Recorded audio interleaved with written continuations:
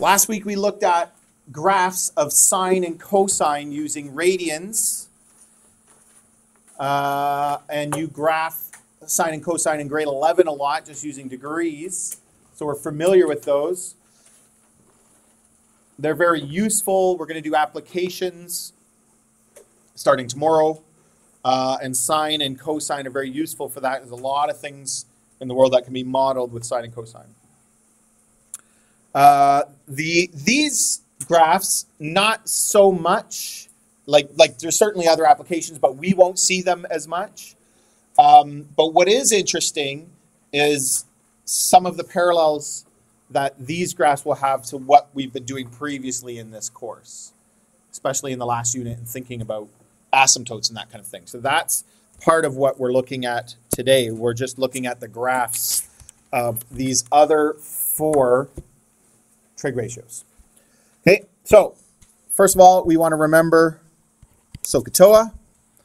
And I have a conjecture that tan theta is equal to sine theta over cosine theta. Now, this is something that you would have proven last year and that you should probably know. This looks like an identity because it's going to be an identity, but we're not starting identities yet, although we will be soon. This unit, the unit test for this unit will be on Friday.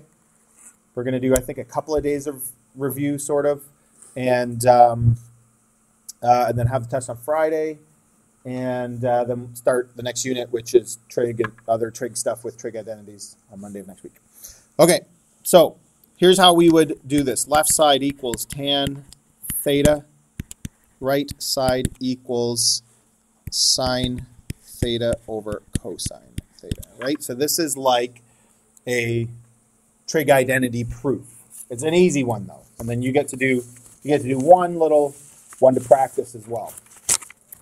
So first thing I'm going to do is rewrite this just like this. It's opposite over adjacent. That's what the tan ratio is, right? Well, what is sine? Sine is opposite over hypotenuse, and cosine is adjacent over hypotenuse.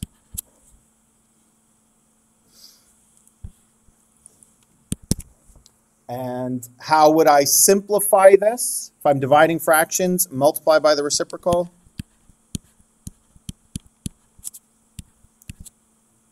Or I could even write it out the long way, divided by adjacent over hypotenuse. It's a different way of writing the line above it, which is opposite over hypotenuse times hypotenuse over adjacent. And from here, I hope you see how quickly this works. And that's the same as left side. Left side equals right side QED. You used QED for your proofs last year? Yeah, nice. No, some of you did, some of you didn't. It's fine. It's just it's a fun, mathematicians, it's fun. Fun way of saying, yes, I'm done. My proof. It's Latin. Quad erat demonstratum, that which was to be demonstrated. Okay, so I'm gonna leave this next one with you, but you're not gonna do it yet. First, we're gonna watch this little, I don't know, animation. I don't know what you would call it. Okay, so here I have. You can see sine, the red curve, I hope you can see it, and cosine, the blue curve, right? Sine starts at 0 and cosine starts at 1, and here they are approaching each other. And interesting, so that there's the value of sine at this point, whatever the point this is. That doesn't matter really for us, not yet at least. And there's the value of cosine, okay? And then over here in the triangle, we can actually relate this graph to the triangle that we've done so much work with. And we can see that our radius is 1. Okay, r is 1 for this exercise. So sine is opposite over hypotenuse, which is just that value over 1. And cosine is adjacent over hypotenuse, which is just that value over 1. So these values here are the same as those values there. And I can see that as I go further, what's going to happen right there? They have the same value. And what's interesting is maybe we should have done this part first. The next part of the note has the special triangles. When does this happen? And there's that special triangle right there. You've got a 90 degree, and both these angles are the same. They're both 45. So that it's an isosceles triangle, and my opposite and my adjacent have the same length because their angles are the same, both 45. And so their ratios are the same. And this new curve that appeared, that you can't really see what's happening with it yet, but it's tangent, and it's something over itself, because remember, tangent is sine over cosine. So it's something over itself. And this is root 2 over 2, or 1 over root 2, right? And it's 1. So that's where tangent is 1. As we continue, what's happening here? So it's sine over cosine. Cosine is this purple curve that's approaching 0. What happens when our denominator approaches 0?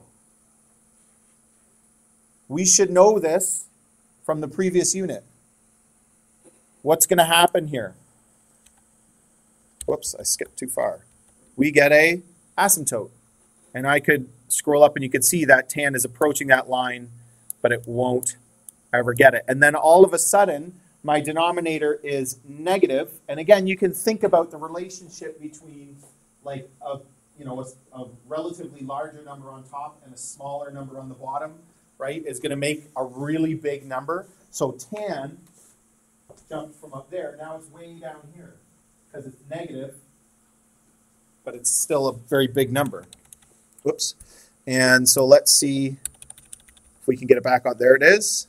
So it's coming in, and what's happening here? Tan is approaching 0 because at that point, sine is 0, right? The red curve is sine, so where sine is 0. Where is sine 0? Well, we know from the graph where it's 0. It starts at 0. After half a period, it's back on 0. After another half period or one full period, it's back on 0, right? We know a lot about sine that way. And we also know that sine is 0 with this triangle. If I back this up a little bit, I'm going to be able to do that here. Sine is opposite, which is this guy, over hypotenuse. So as this radial arm comes down to 180 degrees or pi, sine becomes 0, right? So all of these ideas are connected. Something that we don't always do. We think of graphing happening separately from angles in standard position, happening separately from maybe the special triangles, like all these things are different, but they're not, right? They're different ways of representing the same ideas, which once you start to see that bigger picture is really, really cool. Okay, there we go. Again, tan is 1, because now it's negative root 2 over 2 over negative root 2 over 2. 2 negatives makes positive. And then asymptote again as cosine is now 0. Where is cosine 0? It doesn't start on 0. So after a quarter period, cosine is 0. And then after another half period, back to 0. And every half period after that would be back on 0, right? Because this doesn't have to stop at 2 pi. It keeps going forever and ever and ever, right? So if you can picture sine and cosine very well and understand special triangles, 45 degrees is where they have the same values, we could quite easily make up a graph of tan. Like we could just kind of think, well, where will the asymptotes be? Just like we did in the last unit. We sort of think about the asymptotes as like, that's where we're going to draw those first and we're going to draw the graph around that. How is it behaving around the asymptotes? We can do the same thing with tangent. Okay, and then quickly, what is cosecant? It's 1 over sine, so hopefully this is a sine curve. Okay, it is. So this is like a reciprocal graph. Sine is the bottom curve, and 1 over sine is the top curve. So as sine approaches 1, what's the reciprocal of 1? 1 over 1? 1. So those two graphs meet when sine is 1, And as sine approaches 0, what's going to happen for cosecant? Asymptote. Right? This isn't sine over cosine now. It's just 1 over sine. Okay, and then they're going to meet at, at -1 again, because -1 over 1 is -1, or 1 over -1 is -1, so they meet there. And then another asymptote. They meet there, another asymptote. They meet there, another asymptote. So you can see that cosecant is also periodic, what we call a periodic function. Tangent was obviously a periodic function, right? Repeats after a constant period. Okay, and so, but cosecant doesn't look much like tangent did. Cosecant never is 0 because it's 1 over sine. How could that ever be 0? In fact, it's never less than 1 or negative. It's never between 1 and -1, right?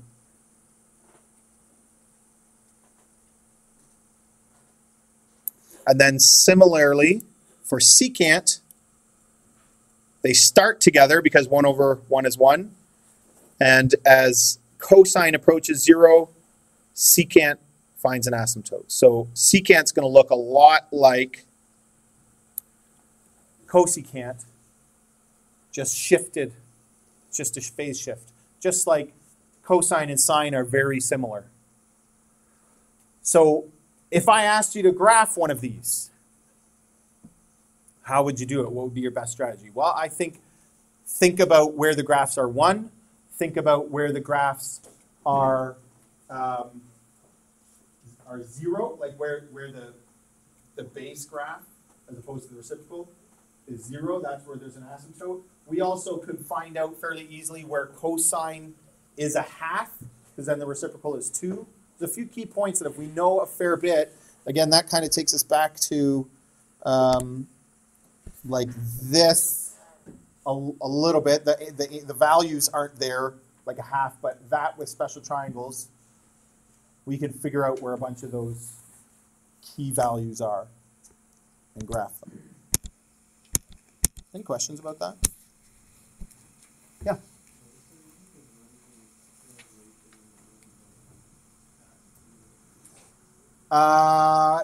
Like the transformations apply just like they normally would.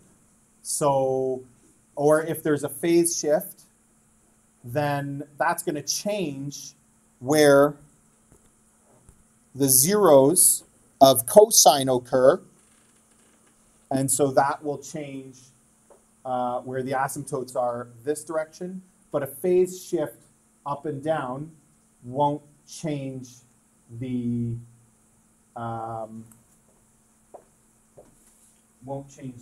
asymptotes.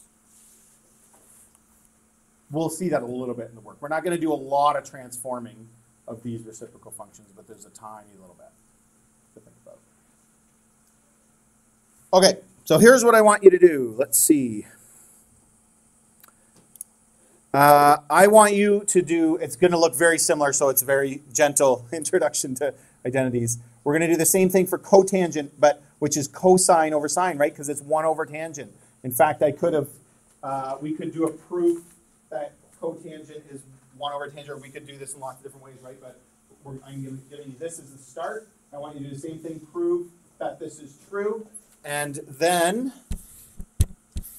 we're going to label these two triangles, so you can draw them on your own sheet. And then you're going to use that table that I provided. That's the other half of that handout. Fill that in. You don't have to fill in every single part. The table counts by pi by 12s, but you don't have to fill in every pi by 12. I would fill in the key values using the special triangles. So pi by 6 and pi by 3 and pi by 4 that you can get from the special triangles.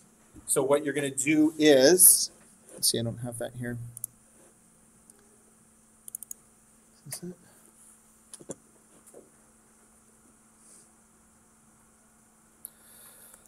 Is find the cosine, find the sine, and then think about cotangent, which is cosine over sine. And on your handout, you have this version that's got the graph. That'll also help you. Where's cosine, where's sine, and something big over something small, what does that give me? Or something small over something big, what kind of an answer does that give me? So trying to relate those to the graph. Okay, so I'm going to give you a few minutes to start chipping away at that.